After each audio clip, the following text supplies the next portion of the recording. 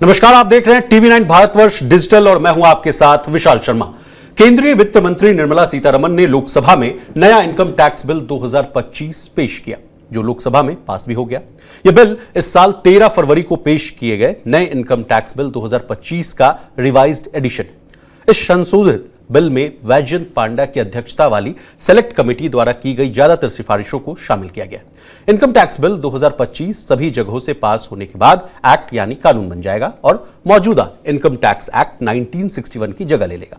कहा तो यह भी जा रहा है कि यह नया इनकम टैक्स बिल 1 अप्रैल 2026 से लागू होगा। इसे तैयार करने में काफी समय लगा।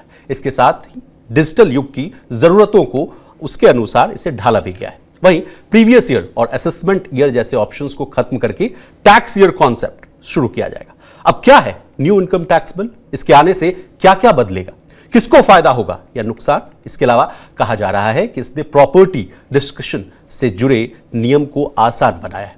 पूरे मसले को आसान भाषा में डिकोड करने की कोशिश करेंगे। आज के इस लाइव में चर्चा में यानी शामिल होने के लिए हमारे साथ मौजूद है स्टूडियो से Jagmohan Singh, tax and cash flow expert. Sir, आपका टीवी9 भारतवर्ष पर बहुत स्वागत है। धन्यवाद जी, आई एम फीलिंग थैंकफुल और पूरी तरह से हम तैयार हैं इस विषय में बात करने के लिए, जो बहुत ही अच्छा कदम उठाया गया है जो फाइनेंस बिल 2025 लेकर आए हैं। जी, सबसे पहले आपसे ओपनिंग रिमार्क लेना चाहेंगे सर, क्या है ये न्यू इनकम टैक्स बिल 2025?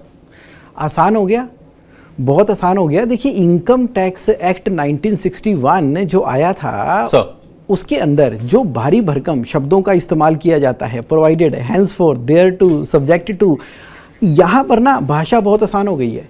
इतनी आसान भाषा का इस्तेमाल किया गया है कि जहाँ पर पहले 819 सेक्शन थे उसकी जगह पर 536 सेक्शन रह गए हैं। 47 चैप्टर की जगह अब 23 चैप्टर ही हैं और अब चीज़ों को करना बहुत आसान हो गया है। यहाँ तक कि इस वाले बिल के अंदर फार्मूले भी दे दिए गए हैं। तो अब खुद अगर कोई अपनी इनकम टैक्स रिटर्न फाइल करना चाहता है, कैलकुलेशन करना चाहता है, उसके अंदर आसानी बहुत ज़्यादा हो गई है। जी,